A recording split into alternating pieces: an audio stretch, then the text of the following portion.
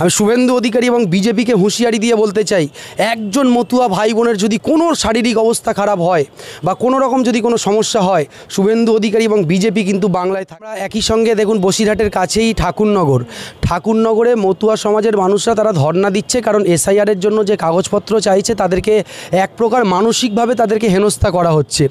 তারা সেখানে অনশন করছে, ধর্ণা দিচ্ছে এবং সেই ধর্ণা দেওয়াতে কয়েকজন আমার মতুয়া ভাই তারা অসুস্থ হয়ে গেছে। আমি শুভেন্দু অধিকারী এবং বিজেপিকে হুঁশিয়ারি দিয়ে বলতে চাই, একজন মতুয়া ভাই বোনের যদি কোনো শারীরিক অবস্থা খারাপ হয় বা কোনো রকম যদি কোনো সমস্যা হয়, শুভেন্দু অধিকারী এবং বিজেপি কিন্তু বাংলায় থাকবে না। বাংলায় কিন্তু বাঙালিরা থাকবে, বাংলার জনগণ থাকবে। মতুয়ারা আমাদের ভাই, নমশূদ্ররা আমাদের ভাই, মুসলিম বাঙালি বাংলার মানুষ সবাই কিন্তু আমাদের ভাই।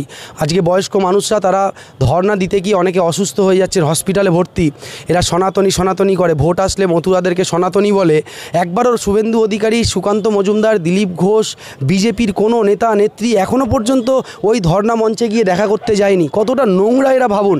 এরা সনাতনী বলে, এই মতুয়াদেরকে ভোট আসলেই মনে হয় এরা সনাতনী, আর ভোট মিটে গেলেই এরা এইভাবে আন্দোলন করবে, ধর্ণা দেবে, অনশন করবে। আজকে বলুন তো, যারা অনশন করছে মতুয়া ভাই বোনেরা, তাদের যদি কিছু হয়ে যায়, তাদের তো পরিবার আছে।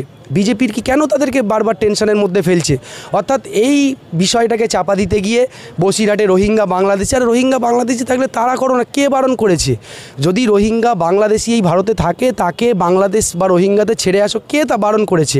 কিন্তু যারা প্রকৃত ভারতীয়, যারা প্রকৃত এই দেশবাসী, দেশকে ভালোবাসে, তাদেরকে কেন হেনস্থা করা হচ্ছে? এটাই আমাদের প্রশ্ন।